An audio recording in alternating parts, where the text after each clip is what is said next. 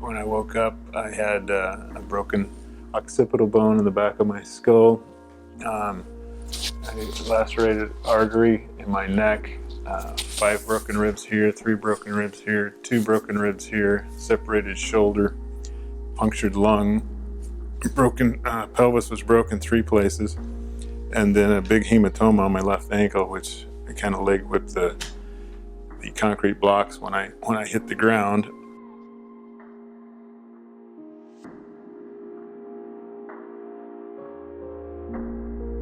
When I found my husband laying on the ground, I cannot get those visions out of my head. Broken bones heal, but the traumatic event leaves a scar that you can't take away.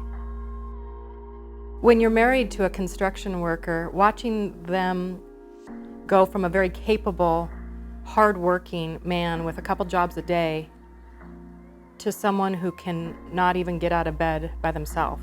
He couldn't even sit up by himself. He walked 2 inches at a time with the help of a walker in the beginning. And that was after he got out of the wheelchair. When he was at Harborview, he couldn't even feed himself. Affected me very much as far as being able to provide for your family and then not being able to provide for your family. You kind of feel like you failed. We had to think about every dime we spent, and we had to go on a payment plan with many of the hospitals so that we could pay the bills that were quickly accumulating. It's taken a full 2 years. We're still seeing effects today from the brain injury. I do have a harness and a landline and an anchor. I've got 2 of them that I was going to put on these houses and use, but I just didn't take the time to do it. So that always goes through my head, even to this day. If I would have been wearing my fall protection and my harness, I know I wouldn't hit the ground. I realize that they're good at what they do. They can get it done in just a 5-minute task. But take the time to put the harness on. You never know what can happen. And the emotional toll that it will take on your family, that extra 5 minutes is nothing compared to the time and the damage that occurs after the fall.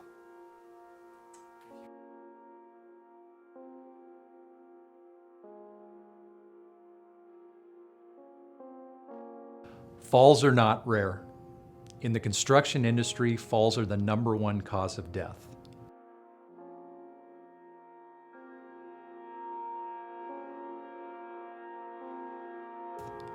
As a safety trainer, we spend a lot of time trying to help companies build successful fall protection programs.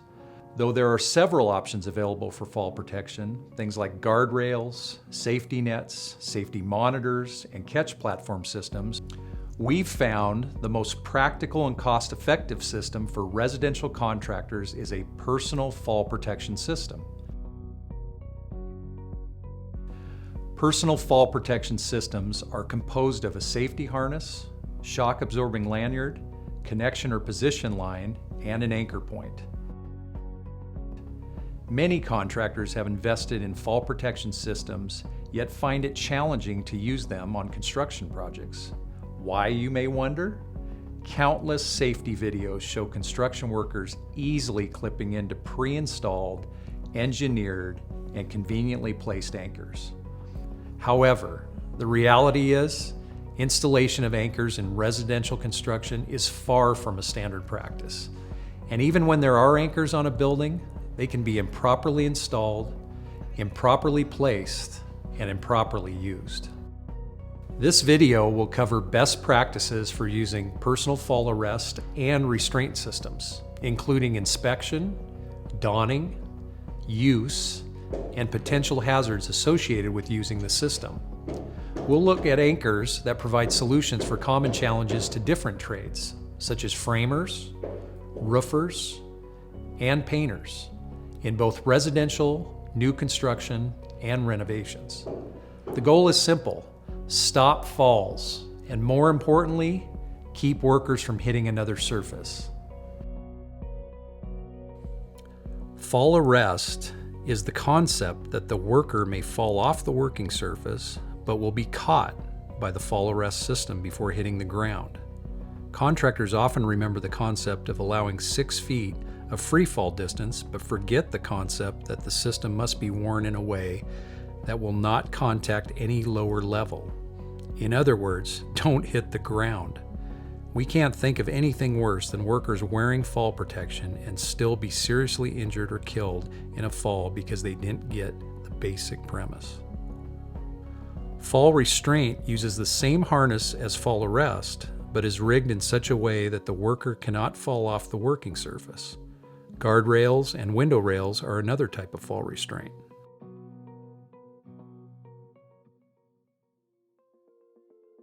During new construction, when we're doing elevated work, we know we need to use fall protection to keep everybody safe.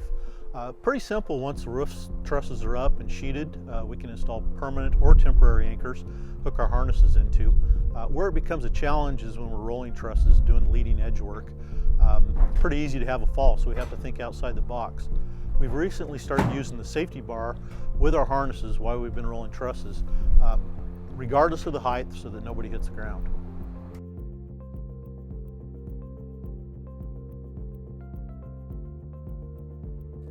The safety bar anchors 3 trusses at the same time and can be rolled down the roof as the trusses are placed. Most contractors utilize numerous bars per roof for added protection, ease of use, and to provide multiple tie-off points. They can be placed near the eave, mid-span, or near the peak, provided the trusses are adequately braced off diagonally according to the Structural Building Component Association's recommendations. Retractable connecting devices work on the principle of inertia, much like a seatbelt. It instantly engages when the worker starts to fall. Retractables allow the worker hands-free movement without a trip hazard. Retractables must engage within 2 feet to be considered fall restraint. The challenge in the case of a re-roof or a renovation project is that there are no anchors, and if there are, they're hard to find, so we install our own. That way our guys are tied off while they're doing their work. At first I was worried about putting the anchor in because you're going to be penetrating through the roof system, but using the proper sealants, there's never an issue with leaking.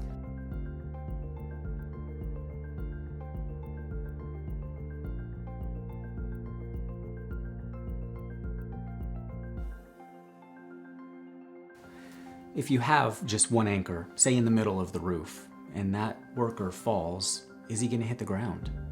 For the most part, yes. One anchor point isn't going to cover it. So what we bring to the table is helping with those anchor solutions and showing why it's important to have multiple anchor points on the roof to cover those fall protection hazards, to cover those anchor service zones. So that way when the worker's working up there, he has the right anchor in the right place. So if he does fall, he doesn't hit the ground. Anchors must hold 5,000 pounds in fall arrest and 3,000 pounds in fall restraint, which makes sense considering the loads they carry would be subject to in a fall. Inspect the anchor to make sure it is the proper kind for the work you are doing.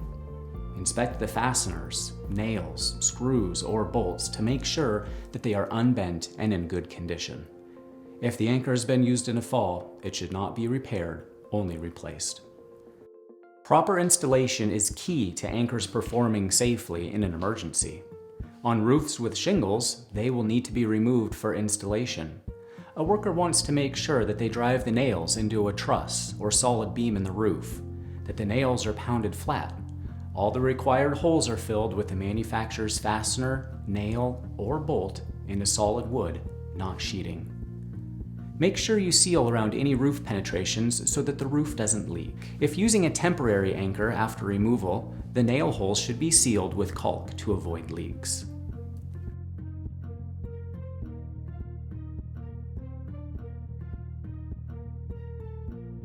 Horizontal lifelines enable free movement on rooftops while simultaneously providing safety for up to 3 workers in fall restraint and 2 for fall arrest. This configuration protects workers from added injuries from swing falls, where the worker may not hit the ground but still be injured from the energy from their fall when they hit a wall or other hard surface.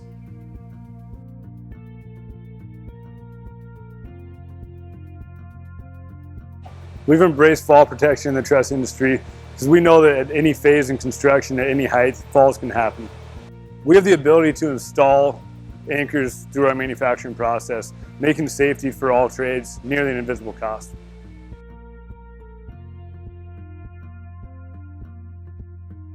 It's frustrating to show up to a job as a painter and not have any anchors in the right spots. What we're trying to accomplish is be safe when we're on the job.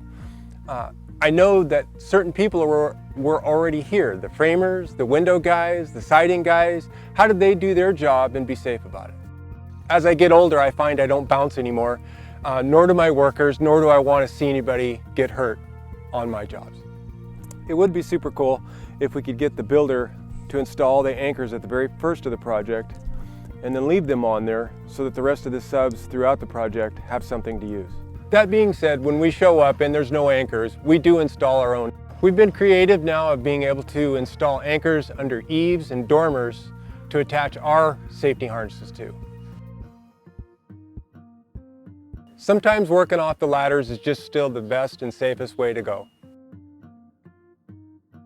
Let's look at the harness portion of the system. Manufacturers design and manufacture harnesses to meet federal and state regulations for fall protection. The basic safety concept behind a harness is that they spread the shock load of a fall to various parts of the body instead of to a single point. That is why belt systems cannot be used, as they focus the energy of a fall to a single point, often breaking a person's back. All parts of the harness system must be able to withstand a 5,000-pound shock load, which is roughly twice the shock load of a worker falling 6 feet, and be designed so that the connection point to the lifeline is on the back, mid-shoulder, or above the head. We like to inspect our harnesses every single day because our life literally depends on this equipment functioning properly. So we're looking for excessive wear, abrasions to any of the webbing of the harness. We're also looking for the D-rings to make sure that they're not corroded or damaged, bent out of shape. We're looking to see that there's no damage from mold because it was stored improperly. And then when we come across something like this where it's got some abrasion to it, might pass an inspection, would be okay, but really because somebody's life is on the line, we're going to replace this harness. So when we put on the harness, we like to grab it by the D-ring on the back, make sure that everything is all nice and loose the way it would be when you go to put it on, and then you just put it on like a backpack. And then start putting all your straps in.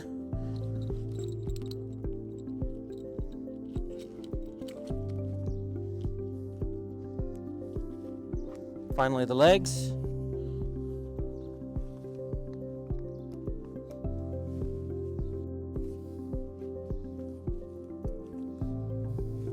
And then since my life is on the line, I like to go back and make sure that all my straps are nice and tight the way I want them to be. A loose strap can cause a tremendous amount of force to jerk up in between the user's legs. This is not pleasant to say the least, and can cause permanent health issues. Adjustable harnesses have some advantages. One harness size can be used on 3 different size people. Adjustments can be made on the fly, but often take some time to finish. These inexpensive solutions are often sold in a kit that includes an anchor, lifeline, deceleration device, and the harness. Sized harnesses are often much more comfortable for the end user and are quick on and off. The added features of built-in tool bags, reflective stripes, and additional connections for fall restraint are other advantages. However, any properly designed and fitted harness will save your life in a fall.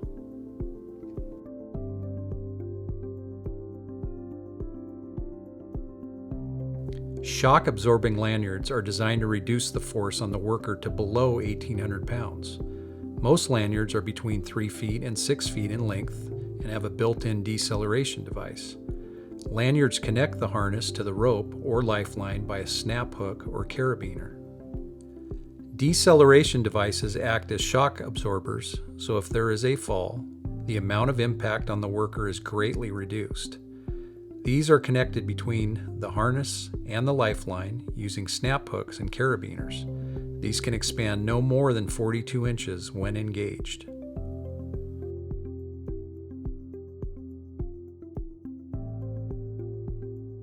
Between the harness deceleration device and the anchor is the lifeline. This rope has a position device attached into it that slides along the rope and tightens when under load.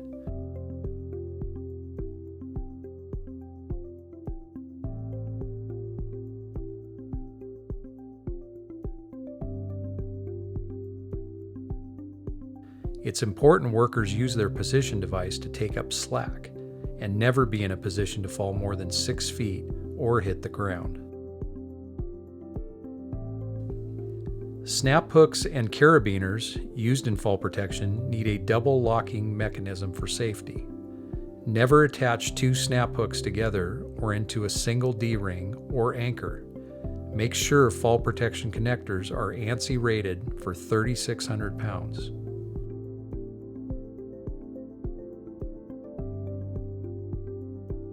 Calculating your fall distance is important. The slack in the line over the edge, the height of the worker, and the deceleration device all combine to give you the distance the worker will fall.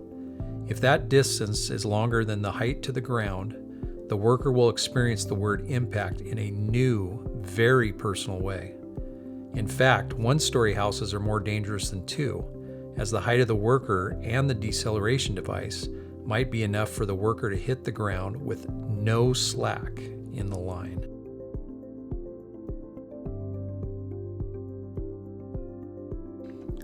Anchors that are poorly positioned can cause a worker to extend their lifeline to a point that if they fell, a swing would occur, causing them to hit the building, or worse, the ground with great force.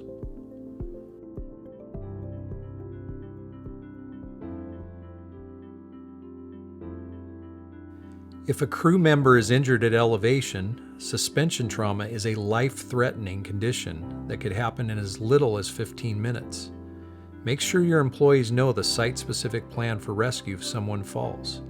If there is a fall, immediately call 911 or emergency services. A trained employee will place a ladder next to the injured employee and release the pressure off the injured employee's legs, but leave straps fastened, if safe to do so, while awaiting EMS to bring them down to a lower level. If an injured employee insists on returning to ground level on their own power, allow them to do so, but do not allow them to leave the area of the fault without getting a medical evaluation by a qualified person. Having ropes, ladders, and enough harnesses on site for all workers makes for a successful rescue plan.